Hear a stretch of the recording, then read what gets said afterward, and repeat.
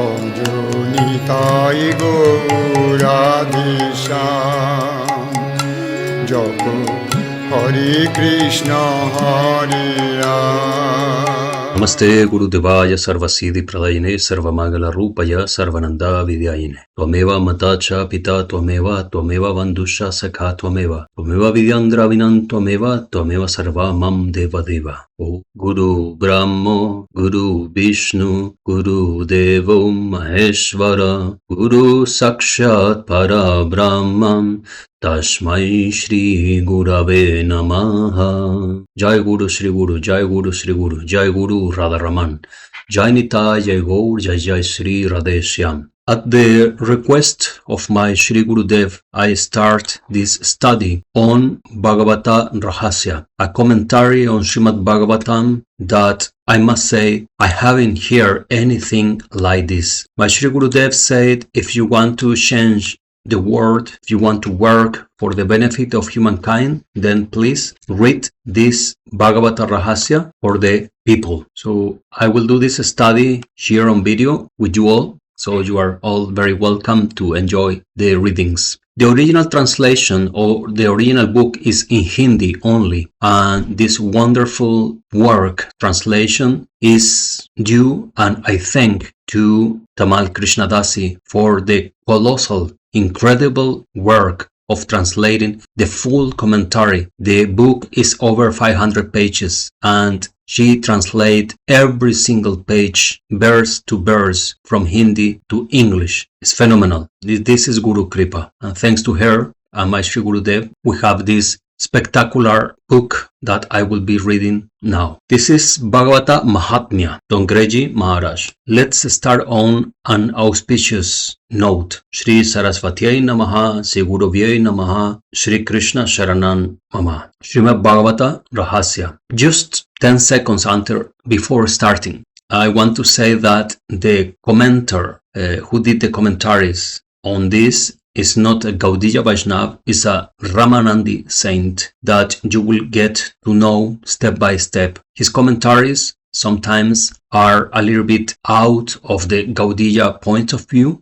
but if we see the essence of his commentaries, his work is mind-blowing, honestly speaking, and all the commentaries are coming from his direct kathas, so no time to stop and to open books and to get references for him.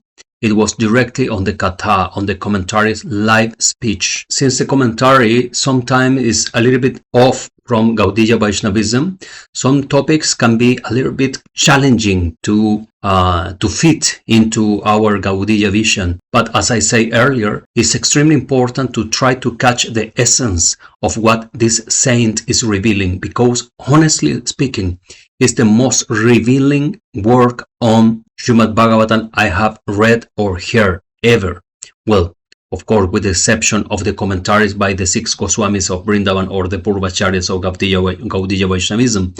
But far from that, this is a spectacular work. Srimad Bhagavata Rahasya, the purpose of Bhagavat and its significance. The purpose of Bhagavatam. We all worship Lord Krishna, who is the cause of the origin, existence and destruction of the world, and who is the destroyer of all 3 types of heat. 1. Description of the 3 forms of God, Sat, Chit, Anand. The 3 forms of God have been mentioned in the scriptures. Sat, Chit, Anand. Truth is manifestly everywhere. The mind is silent and joy is invisible. There is truth and consciousness in animated objects, but there is not joy. Truth is consciousness and consciousness are visible in the living being, but joy remains hidden. That is, it exists in an unmanifest form, in an expressed form. Although happiness is within oneself, yet man search for happiness outside himself. Man searches for happiness in woman's body, wealth, etc. Happiness is your own nature. Happiness is within you. How to manifest this happiness in life? This is what Bhagavad Shastra teaches. There is butter in milk, yet it is not visible. But after making curd from milk and churning it, butter becomes visible. Similarly, man has to churn his mind and manifest happiness. The mind will manifest happiness when we churn our mind, when we train our mind. Just as butter cannot be felt in milk, similarly, God, who is present everywhere, cannot be felt. Even if the living being is God's, it does not try to recognize that God. This is the reason why it does not get happiness. Whatever kind of living being it is, it has to meet God. Even an atheist, after getting tired, seeks peace in the end. Many types of happiness have been described in the Taittiriya Upanishad, but two of these are main. Joys are 1. Instrumental joy, and 2. Self-fulfilling joy, Sadajanya Anand and Swayam Sadi Anand. Happiness generated by means, happiness generated by subjects, which when the means or subject is destroyed, that happiness also gets destroyed and will happen. Yogis do not have anything, means or objects, yet they have joy. That is, they always live happily. This proves that happiness lies within. Truth, consciousness, and bliss are complete in God. God is a perfect form, a perfect picture, a perfect form of joy. So here is describing the instrumental joy, the first part, Sadajanya Anand, instrumental joy. So we get joy, or we pretend, or the people pretend to get joy, happiness through things. A new car, a new house, a new dog, a new TV, a new mobile phone, a new things. But this is always breaking, and this happiness is temporary, transitory, since when the object of joy is destroyed or is not fun anymore, that happiness vanish. So this is what is speaking.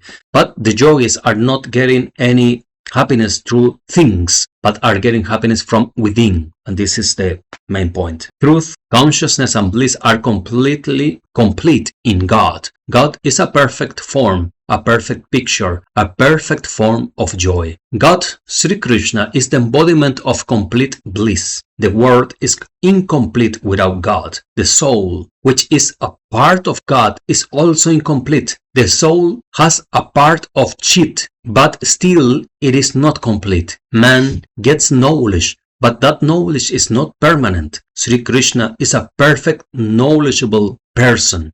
Sri Krishna had the same knowledge while talking to 16,000 queens, and he had the same knowledge when in Dwarka, etc.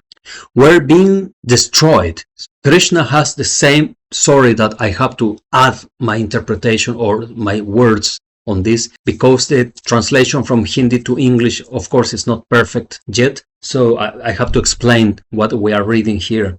Krishna has exactly the same level of knowledge, understanding, intelligence when he's with his 16,000 queens in Dwarka, and the same level of intelligence, no less, when the Dwarka is destroyed. He is perfect, established in the true knowledge. Sri Krishna's joy is not in the queens or in Dwarka. Everything was being destroyed, yet Sri Krishna's joy is not destroyed. The reason is that Sri Krishna himself is the embodiment of bliss.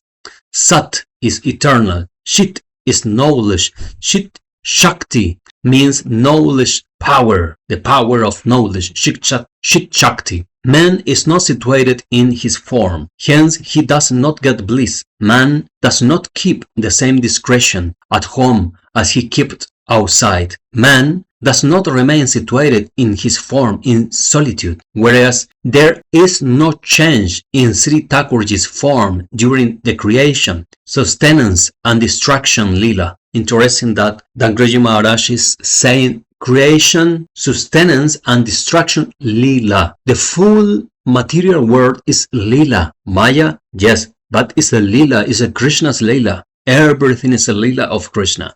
Sri Thakurji considers destruction as his lila, he said. Creation, sustenance and destruction are the divine plane of Sri Thakurji. God finds joy in all three and remains situated in his true form. Only he whose knowledge remains constant gets joy. He is full of joy. If a creature wants to be blissful, then he has to take shelter of Satchidananda. Till this creature is not perfect, he does not get peace. He does not get joy. In other words, if a person, a soul, you want to be happy, you have to get shelter, get under the tree of Satchidananda, who is God. Bhagavan, Swayam Bhagavan, Sri Krishna. Every object in the world is not perfect because it is destructible in the end, and as a result, it is Lord Sri Narayan. The one who recognizes this Lord Narayan and identifies his mind with that Narayan, only his mind become one with Narayan, or become connected, part of this Narayan. Only that soul becomes the form of Sri Narayan and he becomes perfect. Only then the life of the soul becomes successful. As long as the soul is imperfect, it does not get peace. The soul becomes perfect only when it meets God and has a direct vision of Him. This incarnation of man is only to get the darshan of Sri Krishna. So the meaning of being incarnated is to work in order to get the vision, the direct vision of Bhagavan. Parenthesis. Here, this paragraph sounds like Dongreji Maharaj Ji is speaking from a monistic or Mayavadi point of view, that we are merging in Narayan. No, it's not. He's speaking about Brahmagyan, the total absorption of our consciousness in the Supreme Consciousness. This Brahmagyan is part of Bhakti, and we, Bhakti yogis, should achieve Brahmagyan before getting the direct darshan of Bhagavan. He is not a Mayavadi, okay? He's a Vaishnav. So the meaning of the life is to achieve God. Life is not successful without God. The life of the one who sees God is truly successful. This creature had been enjoying the worldly pleasures for many years, infinite births. Yet it has not got peace. Jiva, the conditioned soul inside samsara, have been going through infinite births, born as different things, animal, humans, everything. Still has not peace, because one can say, yeah, now I am in peace, but how about yesterday? How about tomorrow? Are you not worried about future? Are you sure you never suffer in the past? If yes, if there are some sorrow, there you don't get peace. You don't have peace yet, because peace is an eternal state of living, or frequency, or mind, to say. So when you get peace, you get peace. As we said earlier, Krishna, when he is with his 16 expansions as wife, is in the same power and peace and love than when the kingdom, the full kingdom, is destroyed. He is not affected by anything. He is fully realized, because he is God, of course. So this is what we are speaking about. 2. The vision of God and the 3 types of vision. 3 types of philosophy have been described in the scriptures. We get a glimpse of the Lord in our dreams. This is an ordinary darshan. 2. If God is seen in a temple or an idol, then it is the middle view. 3. The direct vision of God is the best vision. This 3 vision, there are 3 forms of darshan of Bhagavan, of God. When we see a dream, this is the most ordinary one. We see a dream with divine something. This is most ordinary and more common. The second is when we see a more advanced and superior. Superior to having dreams on divine presence is to see the form, the shape of Krishna in the temple. We can think maybe this is most ordinary because anybody can come inside the temple and to see the image. But many people see the statue. Very important. Many people go and see a statue. Very little souls, very fortunate, they see the statue and they project in seeing the image of Bhagavan itself. So this is the second and more advanced. But the third vision and the most powerful, the supreme, the Mahadarshan, is to see Krishna directly. Not as a statue, not as a dream, but directly. Just as a friend come inside your house and you can see and speak with him. To see Krishna in this way is the supreme. When one has a direct experience of God, then life becomes successful. There are 2 types of experience in Vedanta. They are called indirect knowledge, or paroksh, and direct knowledge, aparoksh. The belief that God is at one place is an indirect realization. There is nothing without God. God is everything. I am also not different from God. This is the direct realization of God. The one who has the knowledge, experience that I am Brahma, myself, Aham Brahmasmi, is said, believed to have had a indirect realization. The one who realized Aham Brahmasmi has an indirect realization. The observer becomes godly as soon as he sees God. Only then he has an indirect realization of God. The one who becomes one with God while experiencing Him in everything, only he can recognize the complete form of God. And in Vedanta, this is called direct realization. The knowledge that God is at one place in the world is also incomplete. God is omnipresent. And I want to make a parenthesis here for all my Indian followers, that many people in India believe that Krishna, Bhagavan, is like an Indian god. I remember first time I visited Braj, Vrindavan, I was in an ashram living, and one Vaishnav said to me, "So, do you like Krishna?" "Yes." "And so which other Indian gods do you like?" "Indian gods, it's like a pantheon. You like Thor, Viking gods? You like Zeus, like Greek gods, or Indian gods?" No. Krishna is universal. It's not even owned by this planet Earth. It's from the full universe. So it's not Indian God, not such a thing. So the one who thinks that God is in one place, this is incorrect realization of God. It's an incomplete vision of God. God is omnipresent. He cannot reside in an idol or in a temple. After seeing God in the temple, the wise men experience the form of God wherever his eyes go. After having darshan of the Lord in the temple, when you come out, see God in everyone. Wherever the mind goes, see God there. This is the extraordinary vision of God. It's the supreme vision of God, to see God everywhere. The God that is in me is in everyone. Similarly, the one who sees the entire world as Brahma is the wise one. Everything is God. This is the conception of Brahma Gyan. When we understand that everything is God, my body, my words, my tongue, the atoms that are composing this house or this place where I am, the computer, everything is God. Everything is God. This is the most sweet and beautiful vision. This is Brahma Gyan. When you realize this, truly realize, not just intellectual, but when you truly feel it and see it like that, this is Brahma Gyan. It's a big step. God is in everyone. While experiencing, he experienced God in his own form. There is no special benefit in seeing God indirectly, but when the soul, only when one has a direct vision, does one become a doer. Wise men see Sri Bhagavan in their own form. This is not non-duality. Sri Krishna's Leelas exist because the gopis who contemplate these Leelas experience God in their own form as well. I went to see the Leela. I too become red. The gopis have forgotten their own form and say, I am Sri Krishna. The gopis who experience their beloved Krishna in everyone have become Sri Krishna's like. The one who sees the God within himself, that soul merged with the God. The one who sees the God within himself after that cannot remain separate from God. He merged with God. This is the fruit of Sri Bhagavat.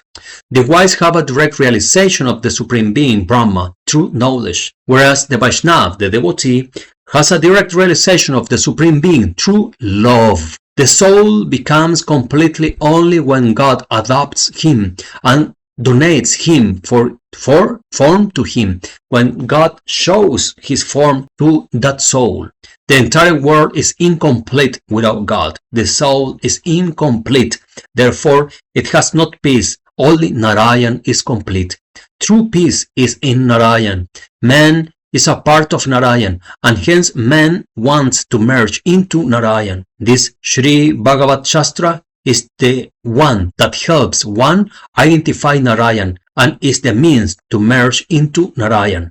Fantastic reading. We will read in the next one the part 3, named The Path of Action, The Path of Knowledge, and The Path of Devotion. Surely here we will touch Srimad Bhagavad Gita and much more insights into Srimad Bhagavatam. When he is speaking here about to merge into God, this is the translation of the original words saying in Hindi.